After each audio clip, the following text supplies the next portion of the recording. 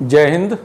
आप यहाँ से देखेंगे साड़िक के प्रारंभिक गुणधर्म, यानी साड़िक को सॉल्व करने के लिए एक तो आपके पास प्रसार वाला तरीका है जिसे हम पहले वाले वीडियो में बता चुके हैं। अब यहाँ से आप सीखेंगे उनके गुणों के आधार पर, यानी बिना विस्तार किए बिना प्रसार किए उनके गुणों के आधार पर साड़िक को सॉल्व करना।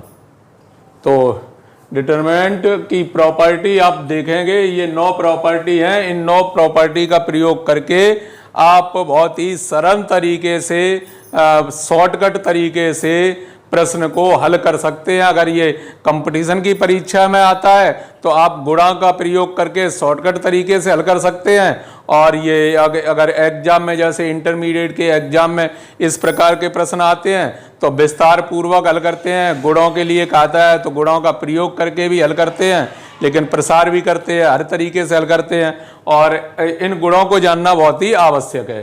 तो आप देखेंगे गुण नंबर 1 क्या है। यदि किसी साड़िक की किसी पंक्ति या स्तंभ का प्रत्येक अवयव शून्य हो तो उस साड़िक का मान शून्य होता है। यदि किसी साड़िक की किसी पंक्ति या किसी स्तंभ का प्रत्येक अवयव शून्य हो तो उस साड़िक का मान शून्य होता है। तो आइए देख लेते हैं किस प्रकार से आप कवर करेंगे उसे, कि जैसे कोई साड़िक दिया है। गुण नंबर 1 के लिए कोई साड़िक दिया गया है इस तरीके से 2 0 5 1 0 8 3 0 2, इस तरीके से कोई साड़िक दिया गया है और इसके दूसरे स्तंभ के सभी अवयव शून्य हैं। आपसे कहा गया यदि किसी साड़िक की किसी पंक्ति या किसी स्तंभ, यानी चाहे तो कोई पंक्ति हो और चाहे कोई स्तंभ हो, यदि उसका प्रत्येक एलिमेंट शून्य है तो साड़िक की वैल्यू भी शून्य होती है। तो इसकी देखेंगे इसकी वैल्यू शून्य कैसे होगी। शून्य होती है गुण के आधार पर। गुण नंबर 1 के आधार पर कह सकते हैं कि इसका मान शून्य होगा। अब शून्य कैसे होगा, चलिए प्रसार करके चेक कर लेते हैं। लेफ्ट हैंड साइड, तो इसके लिए प्रसार किया इस 2 के लिए, तो चिन्ह आपको पता है। चिन्ह तो बहुत पहले से पता है क्योंकि इससे पहले आप मैट्रिक्स कवर कर चुके हैं। तो चिन्ह कैसे चलते हैं, plus minus plus minus plus minus plus minus plus, इस तरीके से चिन्ह चलते हैं। तो पहला जो होगा, पहले इसके सापेक्ष जब प्रसार करेंगे, इसके सापेक्ष, तो इसके सापेक्ष हमें प्रसार करना है तो 2 तो प्लस का ही होता है 2। अब इसके लिए बचा क्या, 0 8 0 2, यानी इस 2 के लिए ये वाली लाइन बंद और ये वाली लाइन बंद, ये वाले 4 बचेंगे 0 8 0 2। फिर दूसरा चिन्ह क्या आएगा, माइनस का आएगा 0। अब इसके लिए बीच वाली लाइन बंद हो गई, क्या बचा 1 8 3 2, 1 8 3 और 2। फिर अगला चिन्ह क्या आएगा, प्लस, और इसके लिए क्या बचा 1 0 और 3 0 2। आप डिटरमिनेंट A का मान निकालते रहे हैं पीछे, singular non singular matrix check करने के लिए इनवर्स निकालते हैं, तब डिटरमिनेंट A का मान चेक करते हैं। तो उसी प्रकार से ये तो आप जानते ही होंगे, पहले ऐसा गुणा करते हैं माइनस ऐसा गुणा करते हैं, तो क्या आएगा 0 माइनस 0 माइनस 0, आगे है यहाँ क्या आएगा 2 माइनस 24 प्लस 5, यहाँ पर है क्या आएगा 0 माइनस 0।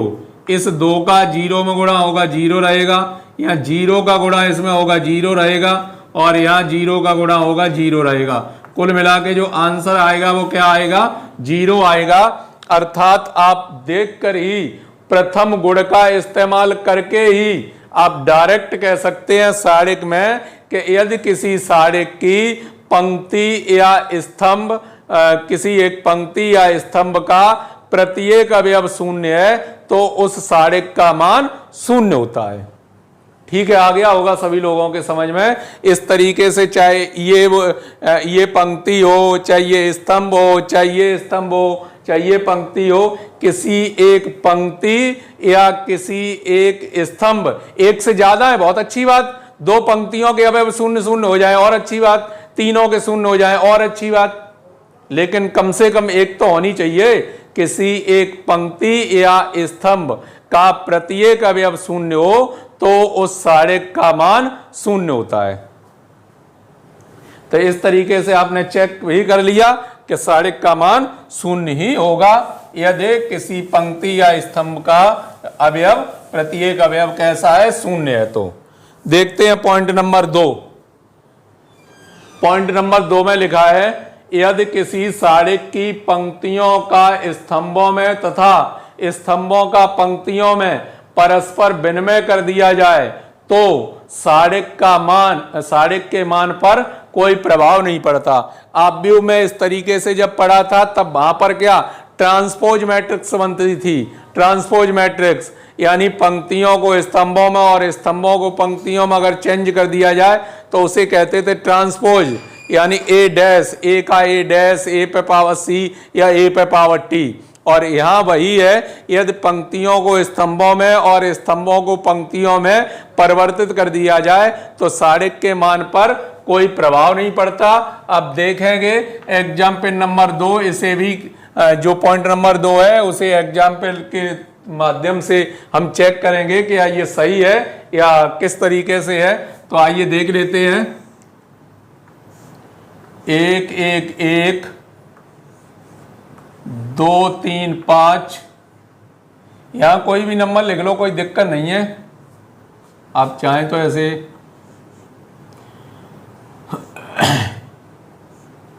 1 2 4 2 3 5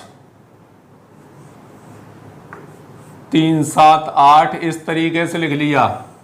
इस तरीके से लिखने के बाद इनके पंक्तियों को स्तंभों में और स्तंभों को पंक्तियों में परिवर्तित कर दिया। तो परिवर्तित कर दीजिए।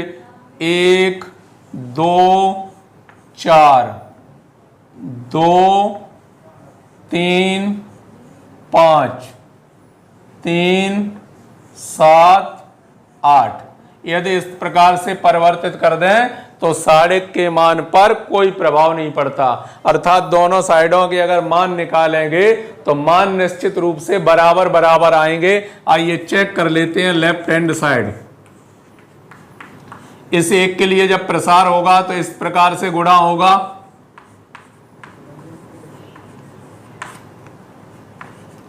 चौबीस माइनस 35, फिर 2 के लिए गुणा होगा तब कितना होगा 16 माइनस 15,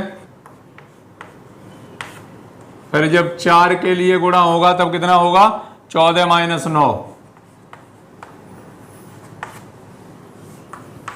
1 यहां से कितना बचा माइनस के 11, माइनस 2 यहां से कितना बचा 1, प्लस के 4 यहां से कितना बचेगा 5।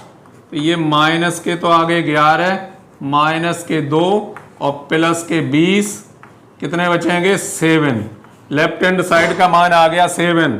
इसी तरीके से राइट हैंड साइड को निकाला तो राइट हैंड साइड इस एक के लिए जब प्रसार होगा तो क्या होगा 24 माइनस 35,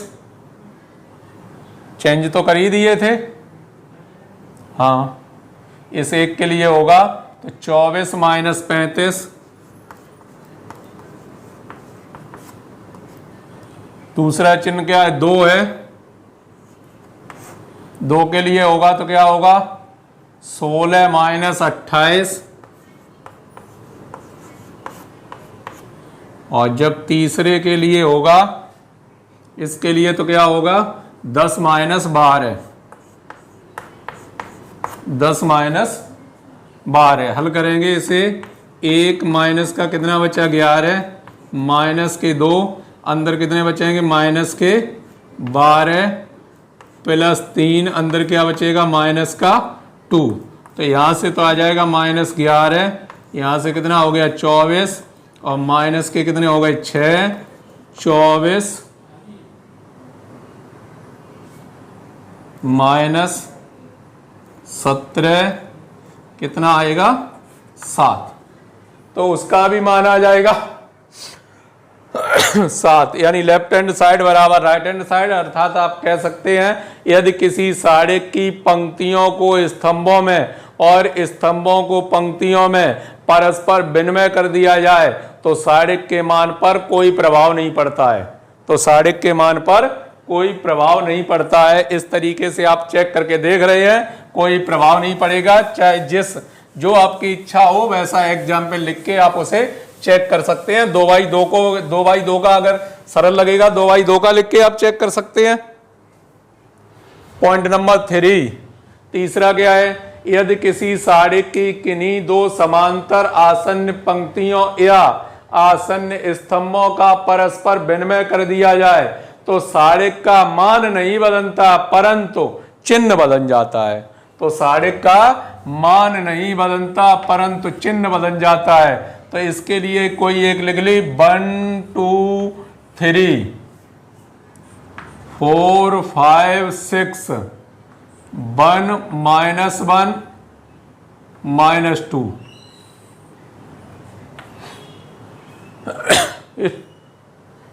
इस तरीके से लिखा। इस तरीके से लिखने के बाद माइनस पहली और दूसरी पंक्ति को आपस में परिवर्तित कर दिया 4 5 6 1 2 3 1 -1 -2। इस तरीके से केवल माइनस चिन्ह बाहर आ जाता है, बाकी साड़िक पर कोई प्रभाव नहीं पड़ता, केवल चिन्ह बदल जाता है, मान वही रहता है। तो मान वही रहता है, इसे भी चेक कर लेंगे। लेफ्ट हैंड साइड 1 के लिए गुणा होगा -10 + 6, -2 के लिए गुणा होगा -8 - 6, +3 के लिए जो गुणा होगा -4 - 5। तो कितना आएगा, 1 यहाँ बचा -4, -2 यहाँ बचा -14 +3 यहाँ बचे कितने -9। तो कितने आ जाएंगे -4 +28 -27। तो यहां से आ गया -3 मान प्राप्त हुआ। उसके बाद राइट हैंड साइड के इसका कीजिए। केवल मान की बात कीजिए, माइनस चिन्ह तो आ जाएगा, कोई दिक्कत नहीं है। तो मान की बात करेंगे तो 4 क्या होगा -4 + 3 -4 + 3 -5 के लिए प्रसार क्या होगा -2 - 3 -2 - 3 +6 के लिए प्रसार क्या होगा -1 - 2। तो 4 यहाँ से बचा -1 -5 यहाँ हो गए -5 अंदर भी हो गए -5 +6 अंदर हो गए -3। तो यहाँ से आया -4 +25 और -18। तो यहाँ से देखेंगे 18 और 4 22 हो जाएंगे। यहाँ से क्या बचेगा +3 आएगा। तो लेफ्ट हैंड साइड का मान जो परिमाण है, परिमाण में तो दोनों बराबर हैं लेकिन उनके चिन्ह विपरीत हैं। ये माइनस आया, ये प्लस आया, तो स्पष्ट हो गया। तीसरा पॉइंट, यदि किसी साड़िक की 2 आसन्न पंक्तियों या 2 आसन्न स्तंभों के अवयवों को परस्पर विनिमय कर दिया जाए तो साड़िक के मान परिवर्तित नहीं होते बल्कि उसका चिन्ह परिवर्तित हो जाता है। ये कह रहा है पॉइंट नंबर 3। समझ में आ गया होगा पॉइंट नंबर 3।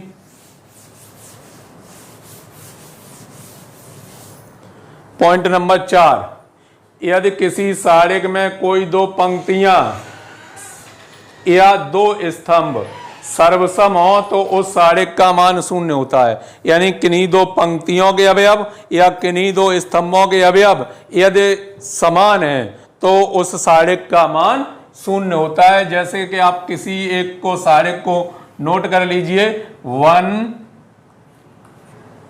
4 3 1 4 3 और यहाँ कुछ भी लिख दिया 2 1 5।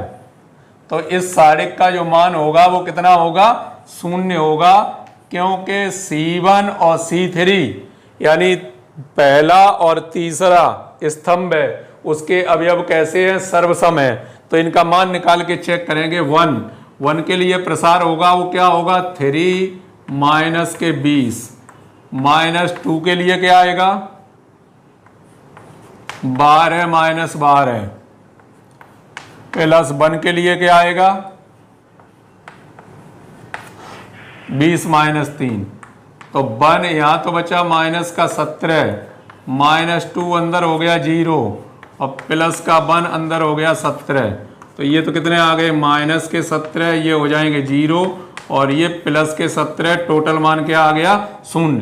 अर्थात पॉइंट नंबर 4 सिद्ध हो गया। यदि किसी सारिक के 2 पंक्तियों या 2 स्तंभों के अवयव सर्वसम है तो उस सारिक का मान 0 होता है। तो सारिक का मान 0 होता है। कोई 2 पंक्तियां मैच कर सकती हैं या फिर कोई 2 स्तंभ मैच कर सकते हैं। पॉइंट नंबर 5 में क्या है, यदि एक पंक्ति या एक स्तंभ के सभी अवयवों को किसी एक संख्या से गुणा कर दिया जाए तो सारिक का मान भी उसी संख्या से गुणा हो जाता है। सारिक के मान में भी उसी संख्या से गुणा हो जाता है। जैसे यहां लिखा है 1 2 3 2 3 4 3 4 5 इस तरीके से लिखा हुआ है।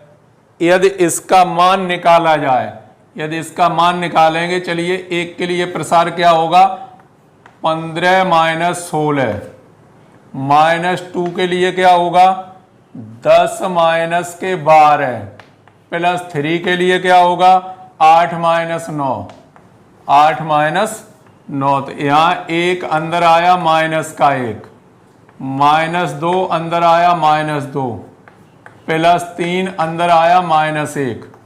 तो कितने हो गए, चलिए इसका तो 0 हो रहा है ना, तो 0 ना हो ऐसा ले लो कि फिर पता नहीं चल पाएगा।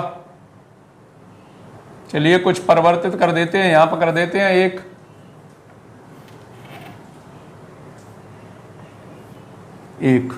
तो यहां पर क्या होगा 1 अंदर बचा -1, -2 अंदर बचा -2, +1 अंदर बचा -1।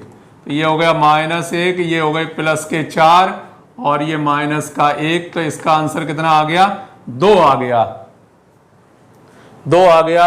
अब इस सारिक की किसी एक पंक्ति या किसी एक स्तंभ में, जैसे इसमें कितने का 7 का गुणा कर दिया, इसमें किसी एक पंक्ति में या किसी एक स्तंभ में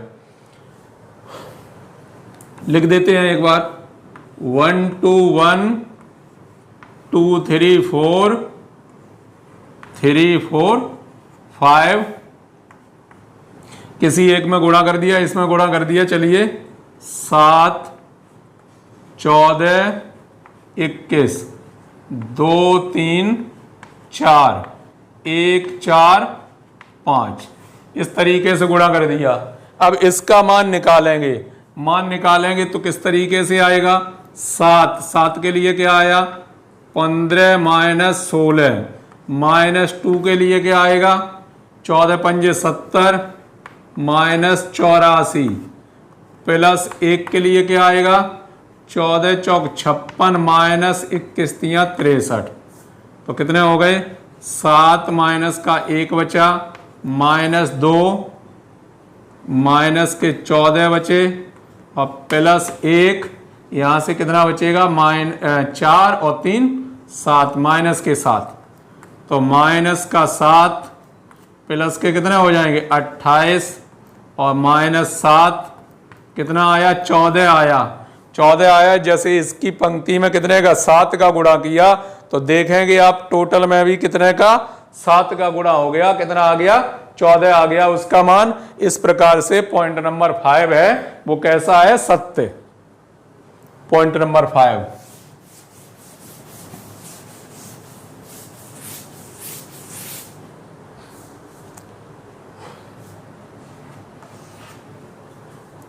पॉइंट नंबर 6, यदि किसी पंक्ति या स्तंभ का प्रत्येक अवयव दो राशियों का योग हो तो सारिक को उसी कोटि के दो सारिकों के योग के बराबर प्रकट किया जा सकता है। दो के रूप में प्रकट किया जा सकता है। किस तरीके से? अगर यहां पर लिखा हुआ है x plus a x plus b x plus c, x plus a x plus b x plus c, और फिर आगे जो कुछ भी लिखा हो ऐसे ही लिख देते हैं 1 2 3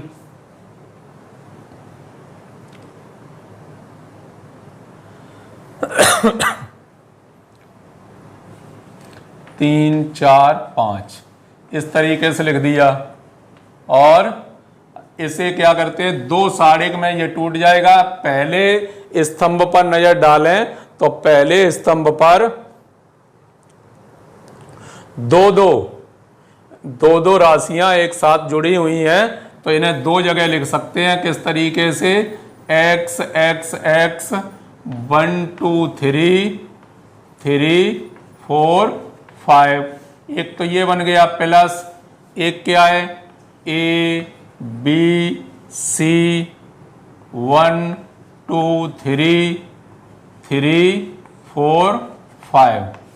अब ठीक उसी तरीके से जैसे आपने मान निकाला था इसका पूरा प्रसार करेंगे। ये तो पूरा एक ही तो है, ये पूरा जो फैक्टर है या जो एलिमेंट है वो पूरा एक एलिमेंट है, x plus a x plus B और x प्लस सी। अब इसका मान निकालिए और राइट हैंड साइड में इन दोनों का मान निकालिए, तो दोनों का मान कैसा आएगा? समान आएगा। मतलब फिलहाल आपको सीखना ये है कि यदि किसी पंक्ति या किसी स्तंभ पर दो दो अवयव एक साथ जुड़े हुए हैं तो उसे हम एक सारिक से दो सारिकों में विभक्त कर सकते हैं, उसके बाद उसे हल कर सकते हैं सरल बनाने के लिए। तो यहां से जब प्राप्त होगा तो लेफ्ट हैंड साइड का मान किसके बराबर आएगा? राइट हैंड साइड के बराबर आएगा जब आप इसे सॉल्व करेंगे तब। पॉइंट नंबर 7, यदि किसी सारिक की किसी पंक्ति या स्तंभ के अवयवों में दूसरी पंक्ति या स्तंभों के संगत अवयवों के सम अपवर्त जोड़ या घटा दिए जाएं तो सारिक के मान में कोई परिवर्तन नहीं होता है।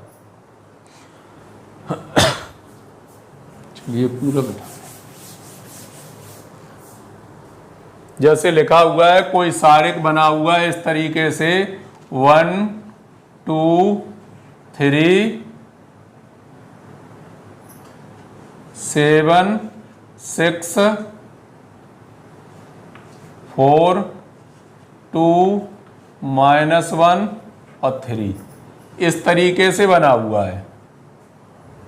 अब क्या कहा गया? यदि किसी सारिक की पंक्ति या स्तंभ, कोई दो पंक्तियों को पहले दो पंक्तियां दी गई हैं, पहली पंक्ति पर इस पंक्ति के अवयवों को जोड़ दिया जाए या इस पर इसको जोड़ दिया जाए, किसी एक को जोड़ लो। तो चलिए हम लिख देते हैं क्या, C1 पर C1 प्लस C2 जोड़ने हैं। मतलब इस तरीके से लिख दिया C1 tense to C1 plus C2, C1 वाले पर C2 और जोड़ दिया तो C2 इस पर ये जोड़ेंगे कितने हो जाएंगे 8, इस पर ये जोड़ेंगे कितने हो जाएंगे 8 और इस पर ये जोड़ेंगे कितने हो जाएंगे 7। बाकी वैसा ही लिखा रहने दो। तो 7 6 और 4 2 -1 और 3। अगर इस तरीके से कोई दो स्तंभ या किन्हीं दो पंक्तियों के अवयव अगर जोड़ दिए जाते हैं या घटा दिए जाते हैं तो सारिक के मान पर कोई प्रभाव नहीं पड़ता। आप चेक कर सकते हैं लेफ्ट हैंड साइड।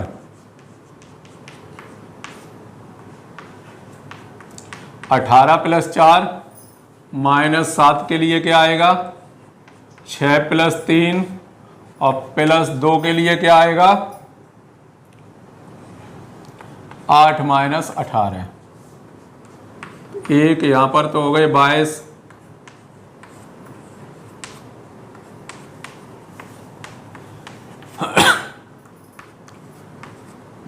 22 आ गया माइनस 63 माइनस 10, तो कितने हो गए 22 73 हो जाएंगे। घटाएंगे तो 1 और 5 माइनस का कितना आया 51। राइट हैंड साइड इस 8 के लिए विस्तार करेंगे तो क्या आएगा 18 + 4 माइनस 7 के लिए 24 + 7 और 2 के लिए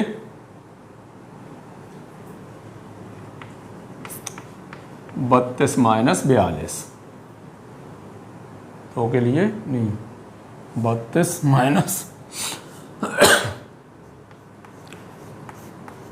अंदर तो 22 हो गए माइनस 7, ये कितने हो गए 31 + 2 और यहाँ क्या बचा माइनस का 10, गुणा करेंगे 8 दूनी 16 और 1 17 माइनस 7 एकम 7 7 21 और माइनस 20, तो 176 तो प्लस के हैं और माइनस के कितने हो जाएंगे 7 3 और 2। इसमें से ये घटाना है तो जब घटाएंगे 7 में से 6 घटे 1 बचा, या 3 में से यानी 13 में से घटेंगे 13 कितना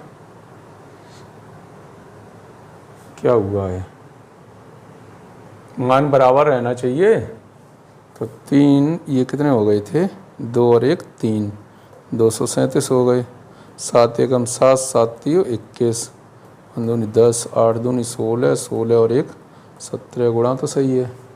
बाकी यहाँ कुछ इसे जोड़ा 7 और 1 8, 2 और 6 8, 3 और 7 3 और 4 7, बाकी 7 6 4 2 ऋण 1 3, ये लिखा ठीक है। फिर कहीं एक बार चेक करना पड़ेगा, 7 में से ये घटा दिए, यहाँ 13 हो गए, 13 में से 7 गए 6 बचेंगे और ये बचा रहे हैं कितने, तो यहाँ पर गलती हो गई। देखिए 2 का गुणा किया था किसमें 10 में, तो जब 2 का गुणा 10 में किया तो यहाँ कितने हो गए थे 20 हो गए थे 20 का मतलब ये हो गए थे 83 में से जब घटाएंगे तो यहाँ कितना आएगा 63 आएगा, ओ सॉरी 61, और इससे घटाएंगे तो ये भी क्या आएगा माइनस का 61। इस तरीके से कोई प्रभाव नहीं पड़ता, अगर 2 पंक्तियों को जोड़ दिया आप घटा के भी कर सकते हो, जोड़ के कर दिया आप घटा के भी कर सकते हो, इसी प्रकार से जोड़ना घटाना दोनों लागू होते हैं। इसके बाद 7वां पॉइंट हो गया। 8वां पॉइंट, 8वां क्या है, यदि किसी साड़िक की पंक्ति अथवा स्तंभ के अवयवों को दूसरी पंक्ति या स्तंभ के संगत अवयवों के सगुणनखंडों से गुणा किया जाए तो योगफल शून्य होता है, तो योगफल शून्य होता है। कहने का मतलब ये आया, चलिए पहले कोई लिख लेते हैं 1 2 3 4 2 1 5 1 7, इस तरीके से कोई लिख लिया। लिखने के बाद उसने ये कहा है किसी पंक्ति का संगत पंक्ति के सगुणनखंड से गुणा किया जाए तो साड़िक का मान शून्य होता है, तो साड़िक का मान शून्य होता है। कहने का मतलब पहली पंक्ति के अगर सगुणनखंडज निकालो और दूसरी पंक्ति के अवयवों से गुणा करके चेक कर लो तो शून्य आना चाहिए, या दूसरी पंक्ति के अवयव यही रखेंगे और पहली पंक्ति के सगुणनखंडज निकालेंगे, आपस में गुणा करेंगे, शून्य आना चाहिए, या तीसरी पंक्ति के अवयव यही रखेंगे और दूसरे के सगुणनखंडज निकालेंगे, मान शून्य आना चाहिए, गुणा करेंगे तब। तो कैसे भी कर सकते हैं, पंक्ति स्तंभ दोनों पर लागू होना चाहिए। आइए देख लेते हैं। पहले के पहली पंक्ति के A11 सह गुणनखंड निकाल ले रहे पहली के। तो क्या प्लस चिन्ह आएगा पहले, और 14 माइनस 1 13 आ जाएगा इसका। उसके बाद A12 निकालेंगे तो माइनस चिन्ह आएगा, कितना आएगा 28 माइनस 5 तो माइनस के 23 आएंगे। A13 तीसरा निकालेंगे, चिन्ह प्लस होगा, क्या आएगा 4 माइनस 10 यानी माइनस का 6 आएगा, माइनस का 6।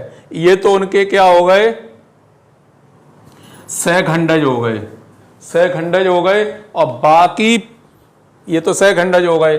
और जो दूसरी वाली पंक्ति है A21 डैश लगा दिया, चलिए उसका तो मान 4 ही है। A22 इसका मान कितना 2 ही है,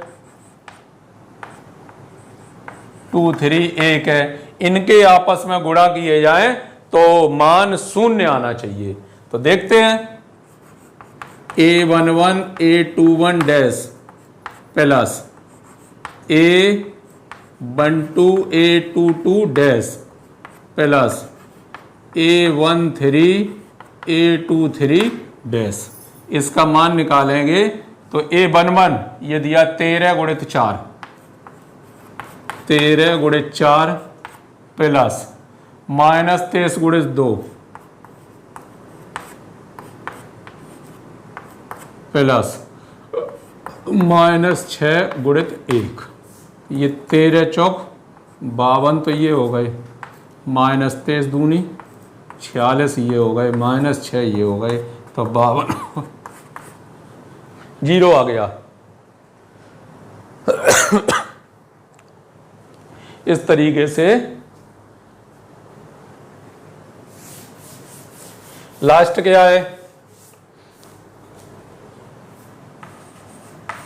9 में लिखा है, यदि किसी सारिक में चर नियत हो तथा इस अवयव में x में बहुपद हो और x बराबर a रखने पर, x बराबर a का मतलब x बराबर कोई भी कांस्टेंट संख्या रख सकते हैं 1 2 3 4 जिस तरीके से दिया हो, x बराबर a रखने पर उसके गुणनखंड मान 0 हो जाता है, तो वह उसका एक फैक्टर होता है। आइए देखते हैं।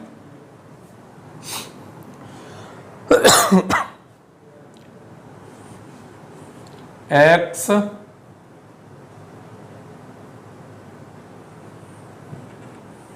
a b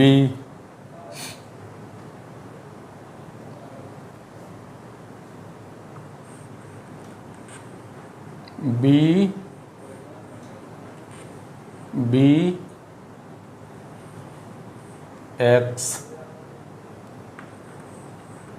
a x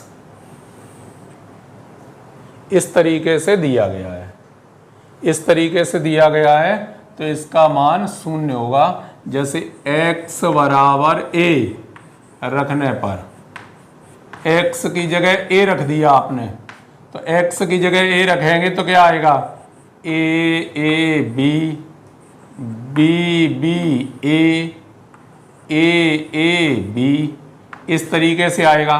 तो आप देख रहे हैं C1 और C2 के अवयव समान हैं, अतः सारिक का मान क्या होगा 0 होगा, अतः सारिक का मान 0 होगा। तो इस प्रकार से ये 9 गुण दिए गए हैं सारिक के। तो जब कभी कहा जाता है कि इस सारिक को बिना प्रसार किए हल कीजिए, तो बिना प्रसार करके जब हल करते हैं तो इन 9 गुणों का इस्तेमाल करके ही उसका आंसर ज्ञात करते हैं। अब अगले जो नेक्स्ट वीडियो है उसमें देखेंगे आप एक्सरसाइज, प्रश्नों को देखेंगे किस तरीके से गुणों का इस्तेमाल किया जाता है। तब तक के लिए जय हिंद।